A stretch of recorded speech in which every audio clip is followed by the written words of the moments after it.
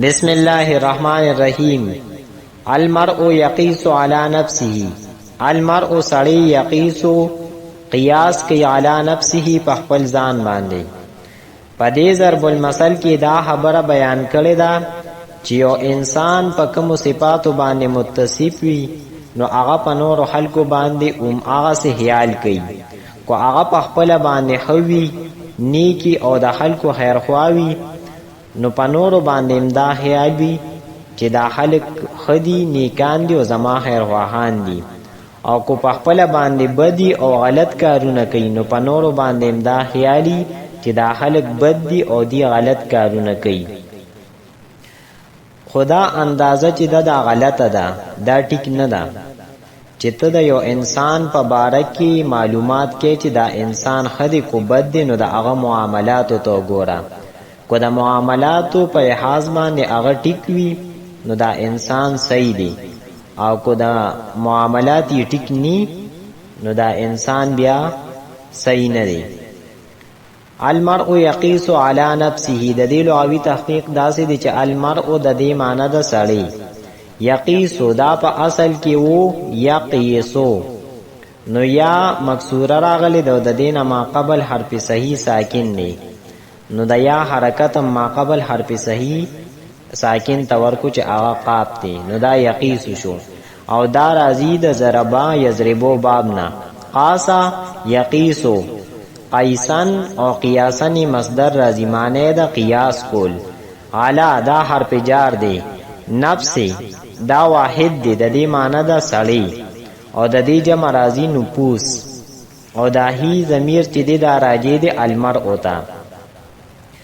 المرء یقیس علی نفسه. د دې ترکیب داسې دی چې المرء مبتدا، یقیسو فعل، پدې کې هو ضمیر مستتر هغه د دې فاعل، علی حرف جار، نفس مضاف، هی ضمیر مضاف الیه، مضاف سره د مضاف الیه نه دا مجرور شو د علی حرف جار، جار سره د مجرور نه متعلق شو یقیسو فعل پوری. یقیسو فعل سره د خپل فاعل او متعلق نه دا جمله فعلیه خبر شو د مبتدا د پاره، مبتدا سره د خبر نه جمله اسمیه خبریه. الجنس یمیل الی الجنس. الجنس هر یو جنس، یمیل دا میلان کوي الی الجنس خپل جنس ته. پدې ضرب المثل کې د سالرونکو شیزونو یو طبیعت او خصلت بیان کړی دی چې هر یو جنس چې دی په یو ځای کې وي دی به خپل جنس ته او خپل قسم ته واپس کیږي، هغه ته به رجوع کوي، هغه سره به اوسي. کو کارغه دی هغه به کارغه سره اوسي، کو زمری دی هغه زمریانو سره اوسي. دا خو د زناورو او د سالرونکو انسانانو یو طبیعت دی. خدا عرب په داسې ځای کې وای چې کله دی د یو سړي په باره کې سرای قائمي او د هغه په باره کې وته معلومات ني نو د هغه دوست ته وګوري. کو هغه دوست یې خوي نو دی وای دا سړی خدي، او کو دوست یې خرابي نو دی وای دا سړی خراب دی. نو دا الجنس یمیل الی الجنس په داسې موقع باندې عرب وای. الجنس یمیل الی الجنس. د دې لغوي تحقیق داسې دی چې الجنس دا واحد دی او د دې جمع راځي اجناس معنی د قسم. یمیلو دا د فعل مضارع واحد مذکر غایب صیغه ده، دا په اصل کې و یمیلو، نو یا مکسوره و د دې نه ما قبل حرف صحیح ساکن ناغلو نو د یا حرکت ما قبل حرف صحیح لور کو یمیلو شو. او مالا یمیلو د ضربه یضربو باب ناراضی، میلنی مصدر راضی معنی دا رغبت کول، یو طرف ته رجحان کول. الجنس یمیل الی الجنس. د دې ترکیب داسې دی چې الجنس مبتدا، یمیلو فعل، پدې کې هو ضمیر مستتر هغه د دې فاعل، الی حرف جار، الجنس مجرور، جار سره د مجرور نه متعلق شو یمیلو فعل پوری. یمیلو فعل سره د خپل فاعل او متعلق نه دا جمله فعلیه خبر شو د مبتدا د پاره، مبتدا سره د خبر نه جمله اسمیه خبریه. الکریم اذا وعدا وفا. الکریم شریف سړی اذا وعدا کله چې دی وعده کوي وفا نو پوره کوي. په دې ضرب المثل کې د شریفو خلکو یو خوبي بیان کړی ده چې هغه کله یو وعده کوي نو دا پوره کوي. وعده پوره کول دا د عزت کار دی او شریف سړی دا هو عزتمند دی. رزیل سړی هو عزتمند او شریف نشي کېدی.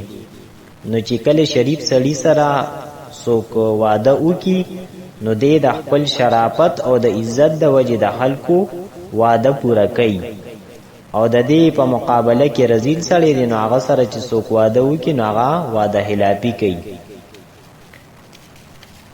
الکریم اذا وعدا وفا. د دې لغوي تحقیق داسې دی چې الکریم دا صيغه د صفت مشبہ ده. صفت مشبہ هغه اسم مشتق دی چې دا په یو داسې ذات باندې دلالت کوي چې په هغه کې یو صفت دی. الکریم معنی د شریف سړی. وغدا دا د فعل ماضی واحد مذکر غایب صيغه ده او دا راځي د ضربا یضربو باب نه. وعدا یعدو وعدنی مصدر راځي معنی د وعده کول. وفا دام د فعل ماضی واحد مذکر غایب صيغه ده او دا په اصل کې وو وفایا. نو یا متحرک او د دینه ما قبل مفتوح حرف دی نو یام په الف باندې بدل کړه نو وفا شو. او دا راځي د ضرب یضربو باب نه. وفا یفی وفاءنی مصدر راځي معنی د پورا کول.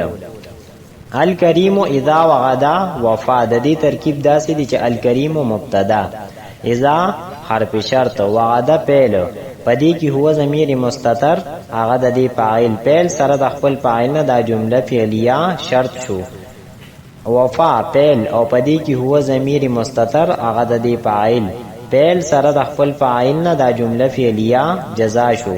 شرط سره د جزا نه جمله شرطیه جزائیه خبر شو د مبتدا لپاره. مبتدا سره د خبر نه جمله اسمیه خبریه.